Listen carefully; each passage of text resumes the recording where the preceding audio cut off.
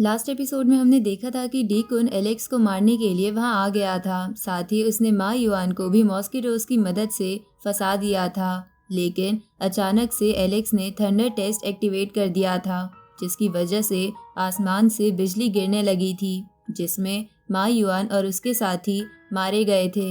साथ ही डीकुन भी बहुत ज़्यादा इंजर्ड हो गया था, जिसके बाद एलेक्स ने उसे ख़त्म कर दिया था। और फिर एलेक्स का वो टेस्ट स्टार्ट हो गया था, जहां एक के बाद एक आसमान से वेपन आए जा रहे थे। लेकिन एलेक्स एक एक करके उन सबको ख़त्म करता जा रहा था। लेकिन उसी वक्त आसमान से एक सोल डिस्ट्रॉइंग वेपन बाहर आता है, जिसे देखकर आसपास के लोग कहते हैं कि इसकी मदद से बॉडी की सोल भी डिस्ट्रॉय हो जाती है। इससे एलेक्स कैसे बच पाएगा? अब आगे तो इस एपिसोड की शुरुआत में हम एलेक्स को देखते हैं, जिस पे वो बड़ा सा वेपन हमला कर देता है और उसे वो टच हो जाता है, जिसकी वजह से एलेक्स के शरीर में बहुत बड़े क्रैक्स बन जाते हैं और वो बहुत तेज़ी से नीचे गिरने लगता है। ये देखकर मोटा लड़का कहता है कि ऐसा कैसे हो सकता है, मेरे मास्टर ने तो प्रिडिक्ट करा था कि एलेक्स को कुछ नहीं होगा और वो यहाँ नहीं मरेगा। पर ये अब क्या हो रहा है? इधर एलेक्स नीचे गिरते हुए अपने मन में बोलता है कि लगता है ब्रेक थ्रू करने के लिए मुझे लाइफ एंड डेथ सिचुएशन में जाना ही पड़ेगा। उसी वक्त एलेक्स फिर से थर्ड इमोर्टल ऑरा एक्टिवेट करने की कोशिश करता है, जो अब की बार एक्टिवेट भी हो जाता है, जिसके बाद तीनों इमोर्टल ऑरा मिलके एलेक्स की बॉडी को हील कर देते हैं। ये देखकर नीचे खड़े सारे कल्टिवेटर्स चौंक जाते हैं। तभी हम देखते हैं कि एलेक्स अब ट्रू रिलीम लेवल के अर्ली स्टेज पर पहुंच गया था। अब एलेक्स आसमान से थंडर और कल्टीवेशन ऑरा एब्जॉर्ब करने लगता है।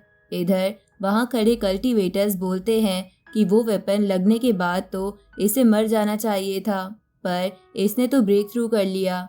उसी वक्त वो पहले वाला वेपन फिर से नीचे आता है, जिसे देखकर एलेक्स अब की बार अपनी नई टेक्निक की मदद से कई सारे स्पिरिचुअल हैंड्स और लावा हैंड्स बना के उस वेपन पर हमला करता है और उसे डिस्ट्रॉय कर देता है। तभी एलेक्स का फिर से ब्रेक थ्रू हो जाता है और अब वो ट्रू रिलीम लेवल के मिडिल स्टेज पर पहुंच गया था। अब एलेक्स सोचता है कि मुझे नहीं लगता कि ये टेस्ट अभी भी ख़त्म हुआ है।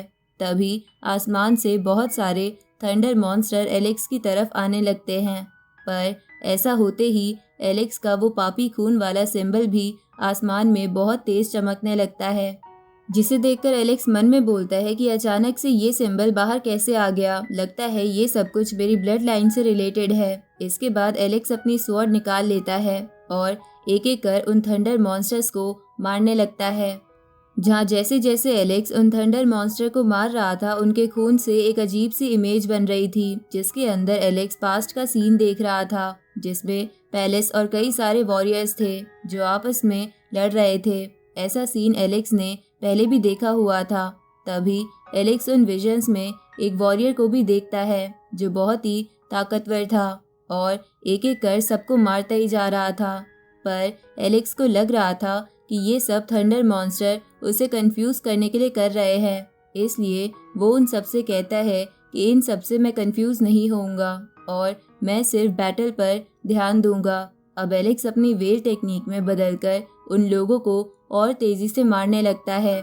जहाँ ऐसा करते हुए वो बोल रहा था कि वो आज जरूर जीतेगा। तभी एलेक्स को उन विजन्स में फिर से वो वॉरियर दिखता है, जो हर सीन में चमक रहा था और कई लोगों को मारता भी दिख रहा था। अब उस वॉरियर को देखने के चक्कर में एलेक्स का ध्यान भटक जाता है, जिसकी वजह से वो सारे थंडर मॉन्स्टर्स मिलके एलेक्स को नीचे गिरा देते हैं और फिर एक साथ उस पर कई सारे वेपन से हमला करते हैं। इसकी वजह से एलेक्स बहुत ज़्यादा घायल हो जाता है, पर वो अपने इमोर्टल ऑरा की मदद से उन सबको एक ही बार में ख़त्म कर देता है। पर घायल होने की वजह से उसकी बॉडी से बहुत खून निकल रहा था। उसी वक्त उस लेक में से उस एंशिएंट लड़की की बॉडी बाहर आ जाती है, जिसकी बॉडी एलेक्स ने लेक में देखी थी, जिसे देखकर एलेक्स कहता है कि ये लड़की तो मर गई थी, तो अचानक से ये वापस कैसे जिंदा हो गई? क्या मेरे थर्ड इमोर्टल ऑरा ने इसके माइंड को एक्टिवेट कर दिया है? तभी वो लड़की एलेक्स के घाव को हील कर देती है और गायब हो जाती है। ये देखकर एलेक्स समझ आता है कि वो एंशिएंट लड़की की बॉडी नहीं बल्कि उसकी सोल थी, जो सिर्फ उसकी मदद करने के लिए अचानक से एक्टिवेट हो गई थी। उसी वक्त आसमान से आकाशवाणी होती है कि ये 9 हेवन टेस्ट का फर्स्ट लेवल था, जिस पे एलेक्स ने क्लियर कर लिया है। ये सुन के एलेक्स बोलता है कि ये 9 हेवन टेस्ट के बारे में मैंने सुना है। इसमें टोटल 9 स्टेजेस है, जिसमें अभी सिर्फ पहला ही स्टेज क्लियर हुआ है और 8 अब भी बाकी है। पर एलेक्स बोलता है कि जब तक मेरे पास 3 इमोर्टल ऑराज है, मैं आराम से इन टेस्ट को पास कर लूँगा, और होता भी ऐसा ही है। एलेक्स धीरे धीरे करके लेवल 2, लेवल 3 और लेवल 4 भी क्लियर कर लेता है, जहाँ लेवल 5 पर उसके सामने एक गॉड पगोड़ा आता है जो उसे ट्रैप करने की कोशिश करता है, लेकिन एलेक्स उसे भी डिस्ट्रॉय कर देता है। तो लेवल 8 पर उसके सामने एक बहुत ही बड़ी बेल आ जाती है जो उसके माइंड को डिस्ट्रॉय करने के लिए काफ़ी थी। लेकिन एलेक्स ने ऐसी बेल पहले भी देख रखी थी और उसे पता था कि इसे कैसे डिस्ट्रॉय करना है, इसलिए वो जल्दी से अपनी वेल टेक्निक में बदलकर उस बेल को डिस्ट्रॉय कर देता है, जिसकी वजह से उसने 9 हेवन का लेवल 8 भी क्लियर कर लिया था। पर 9 स्टेज एक्टिवेट ही नहीं हो रहा था, जिसे देखकर एलेक्स बोलता है कि क्या 9 स्टेज एक्टिवेट होने में समय लगेगा या फिर वो एक्टिवेट ही नहीं होगा। अब एलेक्स अपनी सोल को बाहर निकाल के डार्क प्रिजन के अंदर चला जाता है, क्योंकि पिछली बार जब वो ब्रेक थ्रू कर रहा था तो अचानक से उसकी सोल डार्क प्रिजन में चली गई थी। इसलिए एलेक्स को लग रहा था कि हो सकता है कि वो डार्क प्रिजन में जाके इस चीज़ का पता लगा सके कि क्यों 9 स्टेज एक्टिवेट नहीं हुआ है। अब डार्क प्रिजन में पहुंचते ही उसे वहां का एनवायरनमेंट कैद करने की कोशिश करता है, जिसे देखकर एलेक्स बोलता है कि मैं एक बार यहां से बाहर निकल चुका हूं, तो मुझे यहां से दोबारा बाहर निकलने में बिल्कुल प्रॉब्लम नहीं होगी। तभी अचानक से वहां का एनवायरनमेंट एलेक्स को कैद करने में कामयाब हो जाता है, जिसे देखकर एलेक्स बोलता है कि पिछली बार मुझे इस प्रिजन से निकलने के लिए अपनी पूरी एनर्जी की ज़रूरत पड़ी थी, लेकिन अब की बार ऐसा नहीं होगा। अब एलेक्स अपने एक ही अटैक से उस प्रिजन को तोड़ के आज़ाद हो जाता है, जिसके बाद एलेक्स अपनी स्पेशल आई की मदद से आसपास देखने लगता है ताकि उसे 9 हेवन के बारे में कुछ पता लग सके। लेकिन उसे बाकी कुछ तो पता नहीं चलता, पर वो देखता है कि पास में कुछ एंशिएंट बीस्ट की सोल्स आपस में लड़ रही है। तभी एलेक्स का ध्यान दूसरी तरफ होने की वजह से डार्क प्रिजन का एनवायरनमेंट उसे फिर से पकड़ने की कोशिश करता है और एक टेंटिकल एलेक्स को पकड़ने में कामयाब भी हो जाता है। लेकिन एलेक्स अपनी स्वॉर्ड की मदद से उस टेंटिकल को काट के आज़ाद हो जाता है। उसी वक्त एक वाइट टाइगर की सोल उसके सामने आ जाती है, लेकिन एलेक्स उसे जान से मार देता है। तभी जो बीस्ट दूर लड़ रहे थे वो लड़ते लड़ते उसके पास आ जाते हैं, क्योंकि वो सारे बीस्ट एक अजीब से बीस्ट से भाग रहे थे जो सभी बीस्ट की सोल्स को एक एक कर मार दे रहा था। तो उस बीस्ट को देखकर एलेक्स बोलता है कि ये बीस्ट इतना अजीब कैसे है, इसके एक्शन बहुत ही ज़्यादा अनप्रेडिक्टेबल है। ऐसा बीस्ट मैंने आज तक नहीं देखा है जो सभी बीस्ट को तेज़ी से एक बार में मार सके। उसी वक्त वो बीस्ट एक और बीस्ट को मार देता है, जिसकी वजह से अचानक से उसकी बॉडी में हलचल होने लगती है और उसकी बॉडी मॉडिफाई होने लगती है। तो ये सब देखकर एलेक्स उस बीस्ट को अपनी स्पेशल आई की मदद से देखता है और उसे पता चलता है कि ये कोई बीस्ट नहीं बल्कि एक मॉन्स्टर है जो कि बाकी बीस्ट की सोल्स को एब्जॉर्ब करके अपनी नई बॉडी बना रहा है। अब वो बीस्ट एलेक्स को वहाँ देख लेता है और उसे पकड़ने के लिए आगे बढ़ता है। इधर बाहर आसपास के कल्टीवेटर्स जब देखते हैं कि एलेक्स की बस बॉडी वहाँ पर है और उसकी सोल वहाँ पर नहीं है, तो वो लोग समझ जाते हैं कि एलेक्स अब उन्हें कुछ नहीं कर पाएगा। इसलिए ये सही वक्त है एलेक्स की बॉडी को कैप्चर करने का। अब वो सभी कल्टीवेटर्स एक साथ एलेक्स की जगह भागते हैं, लेकिन वो मोटा लड़का उन सबके सामने आ जाता है और बोलता है कि एलेक्स को मारने से पहले तुम्हें मेरा सामना करना होगा। ये सुन के एक कल्टीवेटर मोटे लड़के से कहता है कि क्या तुम अकेले हमारा सामना कर भी पाओगे।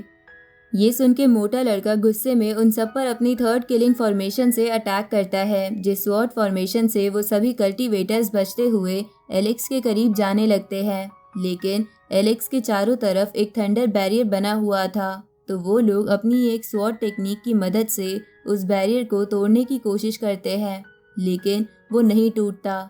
साथ ही तभी कई सारे बीस्ट भी आकर उस बैरियर को तोड़ के एलेक्स की बॉडी कैप्चर करने की कोशिश करते हैं, लेकिन वो बैरियर फिर भी नहीं टूटता।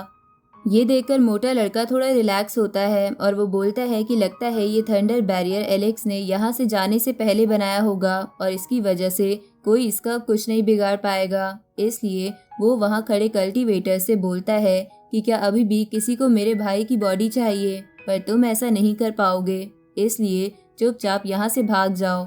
उसी वक्त वो फेदर वाला बंदा जिसे हमने पहले देखा था वो अचानक से बहुत तेजी से भागते हुए उस बैरियर के पास आ जाता है और उसे क्रॉस कर लेता है।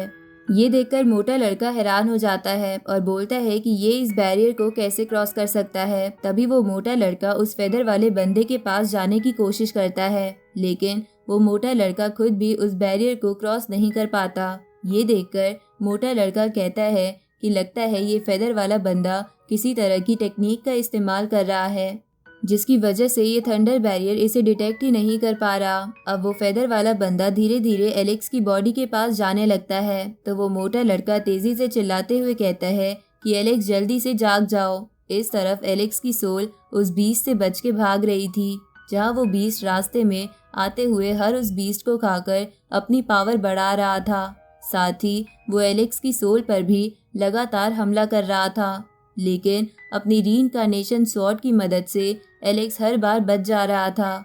लेकिन वो समझ गया था कि अगर ऐसा ही चलता रहा तो वो ज़्यादा देर नहीं बच पाएगा, क्योंकि ये बीस्ट धीरे धीरे और भी स्ट्रॉन्ग बनता जा रहा है। इसलिए एलेक्स अपनी स्पेशल आई की मदद से आसपास देखता है और उसे बहुत सारे प्रिजन दिखते हैं जिसमें कई सारे वॉरियर्स कैद थे, और वहाँ उसे एक अजीब सा ब्लैक ऑरा भी दिखता है, जिसे देखकर एलेक्स बोलता है कि इस मॉन्स्टर से लड़ने से तो बढ़िया है कि मैं इस मॉन्स्टर को किसी और ट्रबल में डाल दूं। इसलिए एलेक्स उस मॉन्स्टर को उन्हीं प्रिजन की तरफ ले जाने लगता है। और इसी के साथ इस एपिसोड की एंडिंग में हम देखते हैं कि जल्दी ही एलेक्स का रूप चेंज होने वाला है।